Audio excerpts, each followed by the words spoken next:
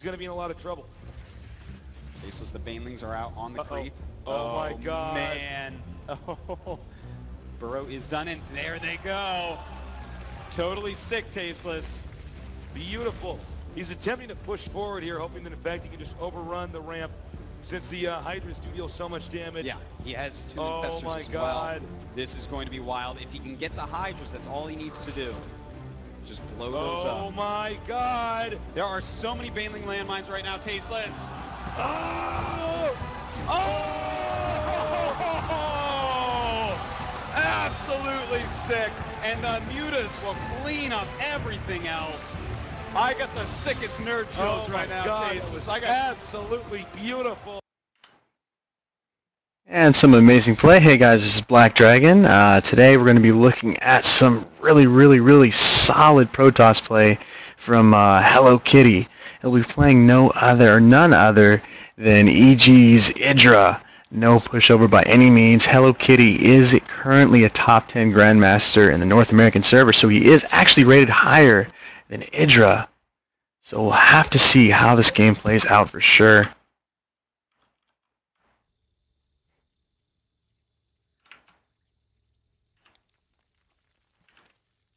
Alright, spawning over here down in the bottom right, we do have our well-known fan favorite, EGIdra. And over here in the top left, spawning in the blue, is the top 10 GM taking Heart of the Swarm by storm, HelloKitty. Currently, this matchup has been very dynamic. There's so many timings that the Protoss can do now. They can Oracles, they can Foregate, they can Mothership Core, 2 Sealots, a Stalker, or some combination thereof to get the Zerg to just get all out of position. I've seen the Stefano 12-minute max still being utilized quite a bit. Unfortunately, with all these new timings that the Protoss has, it makes it very difficult for the Zerg to actually pull it off, especially on a 2-spawn map like this. The TOS just has so many tools to harass that Zerg up in that 12-minute mark where they're just not able to capitalize on the macro they need to be. HelloKitty, a very aggressive player, definitely doesn't let his opponents kind of get the best of him. He'll go aggressive against anyone. But Idra, as you know, is no new player to this game, and he's probably one of the most fundamental macro players on the American server for sure.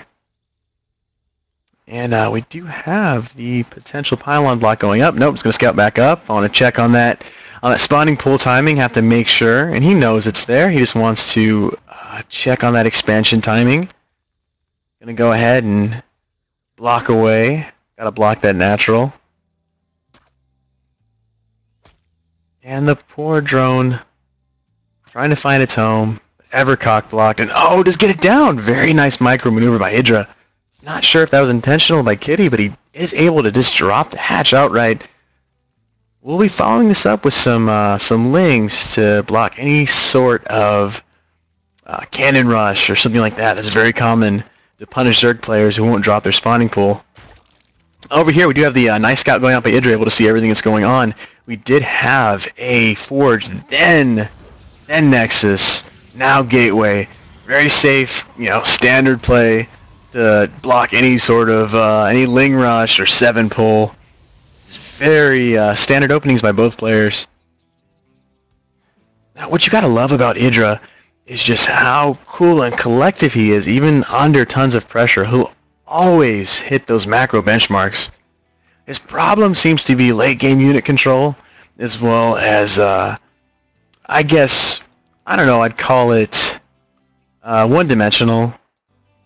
His one-dimensional builds almost. It's very easy. You don't see any innovative timings from him. You kind of know what to expect out of him, and that's kind of played against him recently. That said, though, if he is able to macro, there is not a better player. Arguably almost the entire game. 3 fast hatch going down. No gas yet. He's going to go ahead and macro up very safely around that 42 supply mark. This is about when the first 2 gases should be going down if going for standard macro play. Overlord getting all types of valuable information over here. I love the positioning. EGIdra is such a mechanical player, and just look at the scouting pass of these. Not only are they going to get in position to sacrifice later, but they're also checking for potential proxies, potential pylons. And look at his lings. He's being very active. He knows what's on the map. Nothing's getting out of this base without him knowing.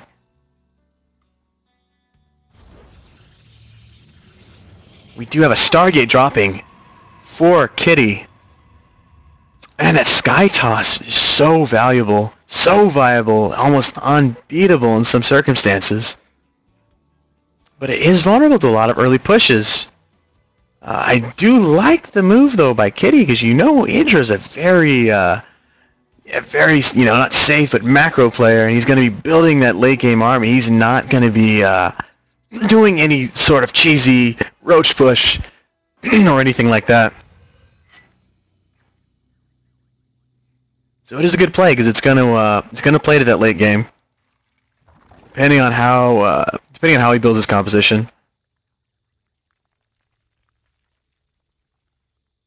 Do you have a fast third Nexus dropped as well, challenging EGIdra to this macro game? And yes, while the Zerg are known as the macro masters, if uncontested, Protoss can just give any race a nightmare if they're just given 3 bases uncontested. Doesn't matter how good the player is, those units just do so much damage.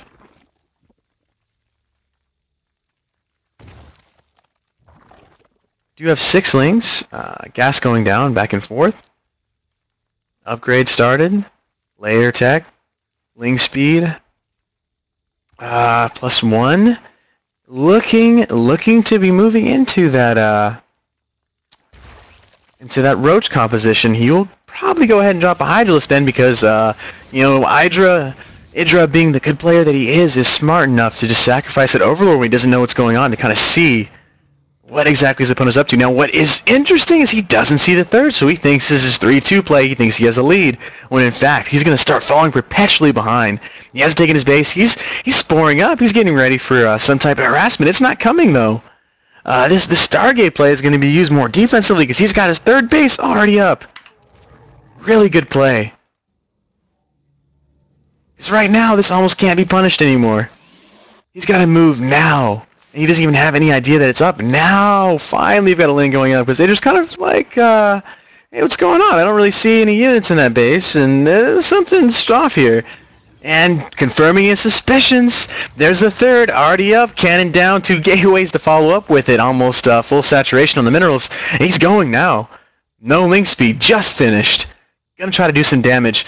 Pylon is in a really good position. It's not gonna be able to die until you kill off one of these very high hit point units, also surrounded with sentries and void rays.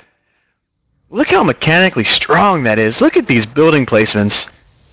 I gotta say, especially when you see players at this caliber, you could see why he's top 10 Grandmaster. Just very, very, very solid SimCity. It would take so many lings to break that. Now EGIdra's in a really tough spot. He's gonna have to start expanding, almost double expand to catch up to this Protoss, and he has to get some type of map control. He's looking for a run by, but due to this architecture, it's just not going to happen. Anywhere he goes, he's going to get kind of shut down.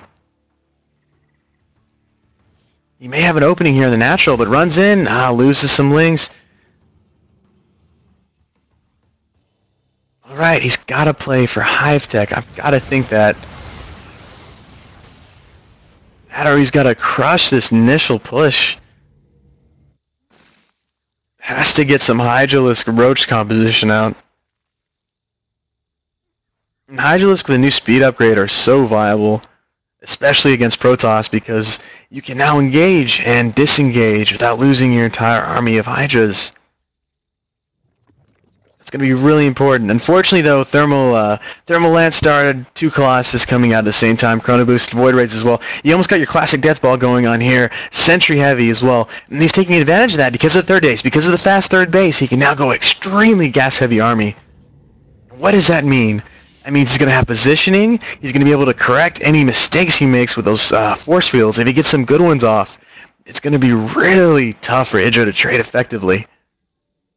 Now Colossus in the fray. And this is just such a deceptively deadly composition.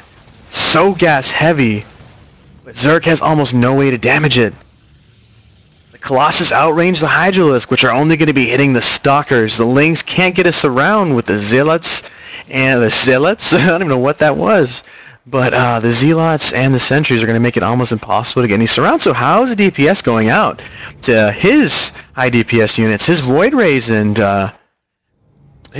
Colossus are going to be almost untouched. We do see EGIdra with a slight supply lead, but is pretty much even for the most part, as he's just pushing out this Colossus-heavy army. It's going to really decimate any ground army. He needs some type of Corruptor at this point, because we've already hit almost a critical mass of these upgraded Colossus. It is going to take a lot of damage for him to catch this out of position to really, really hurt the Protoss.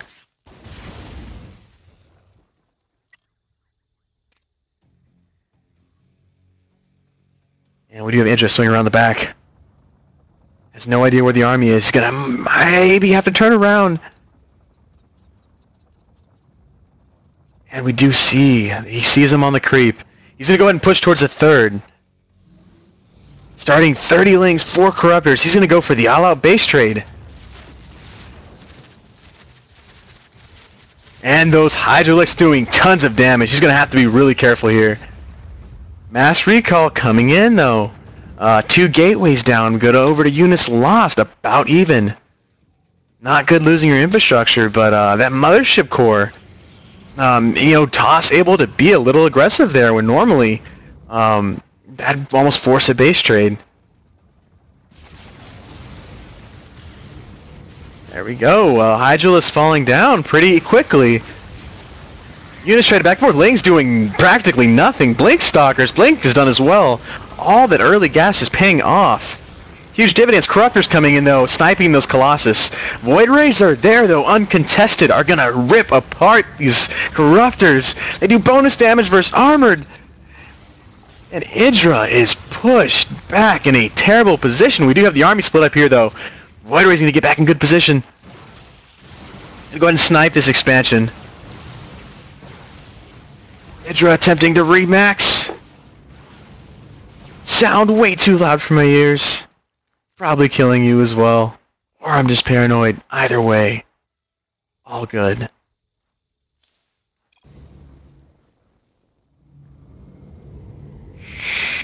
Alright, on the creep. EGIdra does have the vision of this entire army. We do have a warp in coming in the bottom and stopped. Cold. And loses the warp prison. That's huge. As Protoss, you really want to keep that initial warp prism alive because you can't afford to lose production on a robo facility creating another one. You got to keep the constant Colossus out. So huge victory for EGIdra there. And loses an observer as well. Huge engagement coming on. Force fields going down.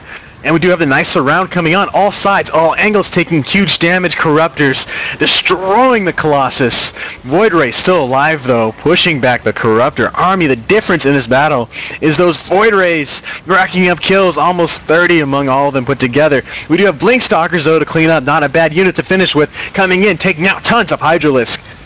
Too much damage going out. Roaches... Hydra's being morphed in. Can they get there in time? He does have a supply lead, but he's in terrible position. Misrallies back and forth. He's losing these units left and right. Trading extremely efficiently is HelloKitty doing tons of damage. He can't get the units rallied fast enough to push him back. Does a little dance, shows a little love as he's killing the units all day, rubbing it in, doing huge damage. Infrastructure, major going down, misrallies left and right. He has nothing down, loses another hatchery. And that is all she wrote. And a little, a little banter post game. Anytime you have players this competitive, anytime you get in the Grandmaster range, there's going to be emotions. You're going to put everything you have into your games. And